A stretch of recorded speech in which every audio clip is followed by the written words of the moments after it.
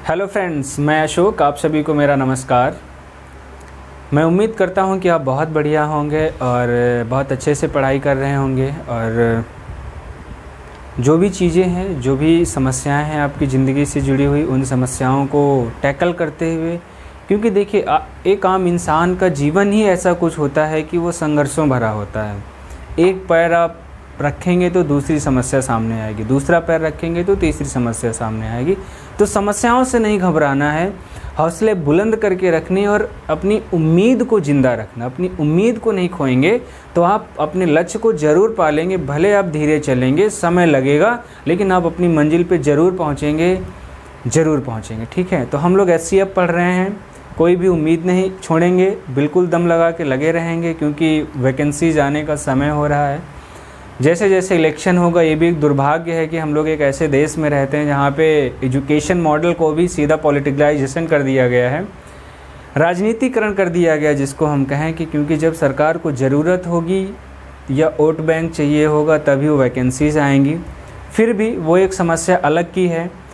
आपकी एक समस्या है कि हमारी ये समस्या है कि हमें पूरा कंटेंट तैयार होना चाहिए। ठीक है, उस कंटेंट को तैयार करने के लिए हम सब लोग मेहनत कर रहे हैं, लगे हुए हैं, ईमानदारी से पढ़ाई कर रहे हैं। तो SCF के एक और पार्ट में मैं आपसे एक और टाइप के सवालों के विषय में चर्चा करना चाहूँगा। सवाल ये है कि SCF में जोड़े बनाने वाले सवाल आते हैं। तो आइए हम लोग देखते हैं कि सवाल क्या है और किस तरीके से उन सवालों को हम करेंगे और जल्दी कैसे करेंगे। देखिए, लोग मैथ में कहते हैं बहुत शॉर्टकट के चक्कर में भागते रहते हैं। भैया आप ये बताओ कि मैथ में कोई शॉर्टकट नाम की चीज़ आई कहाँ से? अगर मैं आपसे पूछूं कि शॉर्टकट नाम की चीज़ आई कहाँ से, तो फिर आपके पास कोई जवाब नहीं होता। आप सिर्फ ये समझिए कि अगर आप कॉन्सेप्ट समझे रहेंगे, थोड़ा सा प्रैक्टिस करेंगे कैलकुलेशन की, और शॉर्टकट का सिर्फ और सिर्फ इतना मतलब होता है कि बीच के कुछ स्टेप हटा दिए जाते हैं, डायरेक्ट आपको आंसर वाली लाइन सिखाई जाती है, तो उसे शॉर्टकट कहते हैं। अरे भैया, जब आप प्रैक्टिस कर लोगे ज़्यादा सा, तो फिर आपको जो शॉर्टकट की बीमारी है उससे पहले तो मुक्ति पानी है, कॉन्सेप्ट पे आना, क्योंकि कॉन्सेप्ट बहुत इंपॉर्टेंट है। आप कॉन्सेप्ट समझे रहेंगे, कुछ भी सवाल चेंज होगा तो आप उस सवाल को सक्षम रहेंगे करने के लिए। ठीक है, तो आइए हम लोग यहाँ पे एक और कॉन्सेप्ट सीखते हैं। क्या है सवाल? मैं पढ़ता हूँ, आप लोग देखेंगे क्या सवाल है। दो संख्याओं का योग 352 है। दो संख्याओं का योग दिया गया 352 और कह रहे हैं कि उनका मासा 32 है, उनका HCF कितना है? 32 है। और पूछा जा रहा है कि ऐसी संख्याओं के कितने जोड़े संभव हैं। ये पेयर से रिलेटेड क्वेश्चन है और जनरली यहाँ पे जो गलती होती है उस गलती से बचने के लिए आज हम लोग यहाँ पे सवाल को सीखते हैं। आइए मैं आपसे बात करता हूँ। लिखा है दो संख्याओं का योग 352 है। आप ये बताइए कि आपको संख्याएँ पता हैं? क्या आपको संख्याएं पता हैं जिनका योग 352 है? तो आप कहेंगे नहीं पता हैं। जब संख्याएं नहीं पता हैं तो हम मान लेते हैं कि संख्याएं A और B हैं। ठीक है, संख्याएं क्या हैं? A और B हैं। क्योंकि हमें संख्याएं नहीं पता है इसलिए हमने संख्याओं को A और B माना है। ठीक है, अगली बात कह रहे हैं कि इन संख्याओं का मासा, इन संख्याओं का HCF 32 दिया गया है। तो HCF का मतलब हाईएस्ट कॉमन फैक्टर, कॉमन का मतलब एक ऐसी संख्या जो दोनों जगह पे है। तो आप ये बताइए कि अगर 32 HCF है तो इन दोनों जगह पे 32 हमारा रहेगा। इसका मतलब वास्तविक संख्या जो पहली A संख्या है वो किसका गुणज होगी? 32 का गुणज होगी। और दूसरी संख्या भी किसका गुणज होगी? 32 का गुणज होगी, क्योंकि इन दोनों संख्याओं का मासा 32 है। ठीक है, तो हाईएस्ट कॉमन फैक्टर, इसका मतलब ये दोनों संख्याएं 32A और 32B होंगी। अब कह रहे हैं कि इन्हीं दोनों का योग अगर हम बात करें 32A और 32B मिलके कितना है? 352। तो 32 कॉमन है तो हमारे पास बचेगा क्या? A + B बराबर कितना हो गया? 352। तो A + B की वैल्यू क्या हो जाएगी? 32 से इसको भाग कर लेंगे, 32 दहम्मा 320, तो A + B कितना आ गया? 11। ठीक है, मतलब ऐसी दो संख्याएं आपको बताना है जिन दोनों का योगफल 11 हो। तो आप कहेंगे कि पहली दो संख्याएं कौन सी होंगी? 1 और 10। दूसरी कौन सी संख्या हो जाएगी? 2 और 9। ठीक है, अगर हम तीसरे जोड़े की बात करेंगे तो 3 और 8 भी 11 होता है।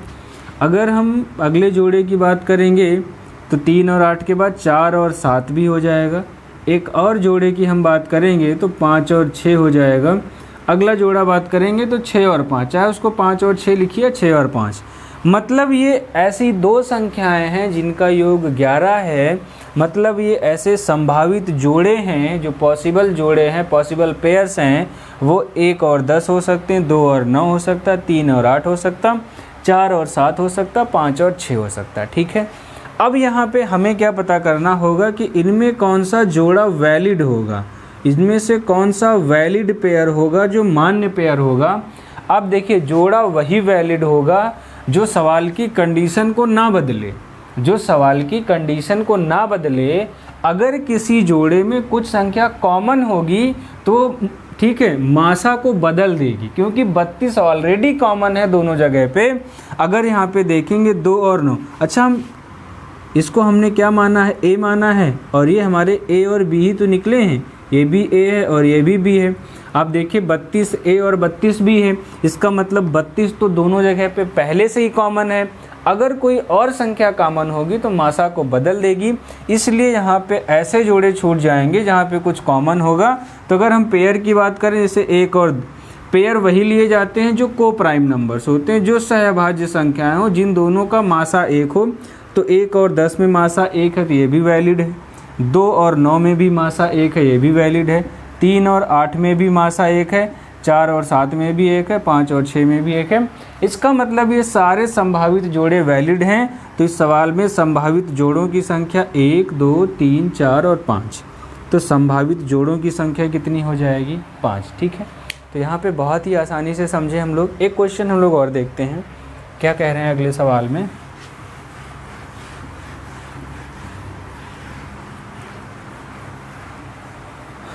अगला सवाल कह रहे हैं कि दो संख्याओं का गुणनफल 1458 है। अब की बार ध्यान से देखिए, दो संख्याओं का गुणनफल दिया गया 1458 है और इन्हीं दोनों का HCF दिया गया है, इन्हीं दोनों का HCF 9 है। तो ऐसी संख्याओं के कितने जोड़े संभव हैं। पिछले सवाल में दोनों संख्याओं का योग दिया था, इस सवाल में गुणनफल दिया गया है। तो जहाँ पे हम लोगों ने जोड़ के पता किया था, अब की गुणा करके पता करेंगे। दो संख्याओं का गुणनफल है, तो फिर हम आपसे पूछें क्या आपको दोनों संख्याएं पता हैं, तो आप कहेंगे दोनों संख्याएं नहीं पता हैं। नहीं पता है तो क्या करेंगे, मान लेंगे। अगर हमें संख्याएं नहीं पता हैं तो हम दो संख्याएं मान लेते ए और बी। अच्छा, HCF कितना दिया गया, 9। HCF का मतलब हाईएस्ट कॉमन फैक्टर, इसका मतलब कॉमन जो दोनों जगह पे होगा। इसका मतलब वास्तव में पहली संख्या 9 का गुणज होगी और दूसरी संख्या भी किसका गुणज हो रही होगी, 9 का। अब दिया गया इन्हीं दोनों का गुणनफल, 9A गुणे 9B बराबर कितना दिया हुआ, 1458। तो आप इसको 9 से काटोगे तो कितना हो जाएगा, 9 एकन्नम 9 जाएगा, 5 बच जाएगा। तो 9 छाक 54, 9 दूनी 18, फिर 9 से काटोगे, 9 एकन्नम 9 हो गया, कितना बच जाएगा आपके पास, 7 बच गया, 9 8 72, तो 8 आ गया। इसका मतलब AB कितना आ गया हमारे पास, 18। अब की AB आया है, पिछले बार A + B था तो हम लोगों ने जोड़ के पता किया था। अब की बार हमें क्या पता करना है, ऐसी दो संख्याएं पता करना है जिन दोनों का गुणनफल 18 होता हो। तो पहला जोड़ा तो 1 और 18 हो जाएगा। अगर हम दूसरे की बात करें तो दूसरा जोड़ा क्या होगा, 3 और 6, 6 त्रिक 18 भी होता है। अगला हम बात करें तो 2 और 9, 9 दूनी भी 18 होता है। और कोई जोड़ा होता है यहाँ पे जिन दोनों का गुणनफल 18 हो, 1 और 18 हो गया, 6 त्रिक 18 हो गया, 9 दूनी 18 हो गया। और कोई जोड़ा पॉसिबल नहीं है। तो अब इसमें से हम क्या पता करेंगे, वैलिड। अभी जैसे कि हम लोगों ने डिस्कस किया, वैलिड वही पेयर होगा जो सवाल की कंडीशन को ना बदले। कंडीशन क्या है कि उसका HCF नहीं बदलना चाहिए।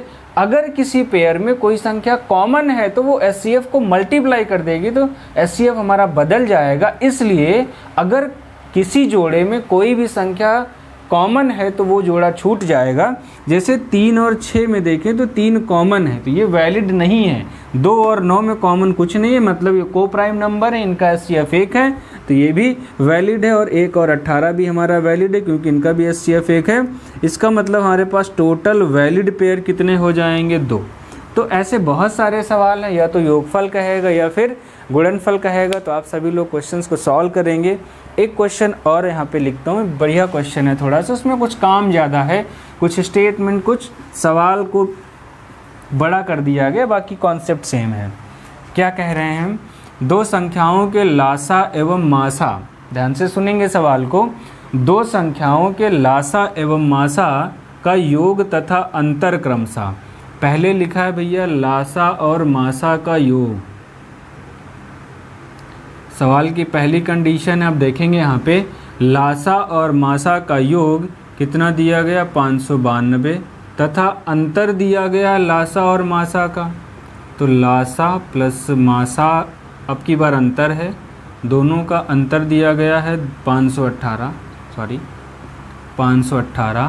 और यदि दोनों संख्याओं का योग, एक चीज़ और यहाँ पे दी गई है, दोनों संख्याओं का योग, चलिए मैं यहीं पे लिख लेता हूँ, दोनों संख्याओं का योग दिया गया है 296। तो आपसे पूछा जा रहा है कि ऐसी संख्याओं के कितने जोड़े संभव हैं। ठीक है, आइए हम लोग समझते हैं। कह रहे हैं दो संख्याओं के लासा और मासा का योग, मतलब लासा प्लस मासा बराबर 592 और लासा माइनस मासा बराबर 518। अच्छा आप बताइए, अगर हम इन दोनों को प्लस कर दें, तो मासा और मासा कट जाएगा, लासा और लासा मिलके कितना हो जाएगा आपके पास 2 लासा। 2 लासा होगा तो इधर भी जुड़ जाएगा, 8 2 10, 9 1 10 1 11, 5 5 10 1 11, तो 1110। इसका मतलब हमारे पास लासा कितना हो जाएगा 2 पंचे 10, 2 पंचे 10, 2 पंचे 10, 555। अच्छा ये लासा 555 हो गया, तो मासा कितना आ जाएगा आपके पास, क्योंकि लासा और मासा का योग 592 है, इसका मतलब 592 में से 555 घटा लेंगे तो मासा कितना होगा, 12 में से 5 गया 7 और यहाँ 8 में से 5 गए 3, इसका मतलब मासा कितना हो गया 37। ठीक है, अब देखेंगे सवाल, मासा 37 हो गया है। अब क्या कह रहे हैं कि उन्हीं संख्याओं का योग 256 है, उन्हीं संख्याओं का योग 256 है। तो हम आपसे 296, सॉरी, उन्हीं संख्याओं का योग 296। हम आपसे पूछें कि आपको संख्याएं पता हैं, आप कहेंगे नहीं पता हैं। जब संख्याएं नहीं पता होती हैं तो संख्याएं हम मान लेते हैं, संख्याएं हमने क्या मान लिया, ए और बी। अच्छा मासा 37 आया है, इसका मतलब ये दोनों संख्याएं किसका गुणज हैं, 37 का गुणज होंगी, तभी पहली संख्या 37A और दूसरी संख्या क्या हो जाएगी 37B। ठीक है, अब क्या कह रहे हैं, इन्हीं दोनों का योग, तो इन्हीं दोनों का योग किसके बराबर है 296 के बराबर है। तो 37 कॉमन कर लेंगे तो a प्लस बी बराबर कितना हो जाएगा 296। अब इसको हम काटेंगे तो कितनी बार चला जाएगा, a प्लस बी 8 बार, 8 सती 56, 8 त्रिक 24, ठीक 8 बार। मतलब अब हमें क्या पता करना है, ऐसी दो संख्याएं पता करना जिनका योगफल 8 हो। तो पहला कौन सा हो जाएगा, 1 और 7 हो जाएगा, दूसरा हमारे पास 2 और 6 हो जाएगा, तीसरा हमारे पास 3 और 5 हो सकता है, चौथा हमारे पास 4 और 4। अब इसके बाद हमें क्या पता करना रहता, वैलिड पेयर कौन सा होगा। इस चीज़ को मैं थोड़ा सा ऊपर लिखता हूँ। हमारे पास लास्ट लाइन में क्या आया है कि ऐसी दो संख्याएं a प्लस बी कितना होना चाहिए 8। इसका मतलब अगर हम पेयर की बात करेंगे तो पहला 1 और 7 हो सकता है, दूसरा पेयर 2 और 6 हो सकता है, तीसरा पेयर 3 और 5 हो सकता है, और चौथा पेयर हमारे पास 4 और 4। ये संभावित पेयर हैं। अब हमें क्या पता करना, इनमें से कौन सा वैलिड पेयर होगा। तो मैंने वही बताया कि वैलिड पेयर वही होगा जो सवाल की कंडीशन को ना बदले। इसका मतलब सवाल की जो कंडीशन है, जो मासा आया है उसको ना बदले। तो ऐसे जोड़े यहाँ पे छूट जाएंगे जहाँ पे कुछ कॉमन है। 2 और 6 में 2 कॉमन है, 4 और 4 में 4 कॉमन है। इसका मतलब 1 और 7 में 1 कॉमन है, 3 और 5 में 1 कॉमन है। जहाँ पे एक HCF होगा या एक ही कॉमन होगा वही वैलिड पेयर होंगे। तो इसका मतलब संभावित जोड़ों की संख्या कितनी हो जाएगी 2। तो एक टाइप के क्वेश्चंस को हम लोगों ने और कवर कर लिया है। अब हम लोग पढ़ेंगे लासा और मासा के मिसलेनियस क्वेश्चन। ठीक है, तो हम लोग मिलते हैं अगले वीडियो में। तब तक पढ़ते रहिए। बहुत ही जल्द हम लोग बहुत ही सिस्टमेटिक तरीके से क्वेश्चंस की सीरीज़ लेके आने वाले हैं आपके साथ। बहुत ही जल्द बने रहिए, मिलेंगे हम लोग। Thank you, wish you all the best, good luck.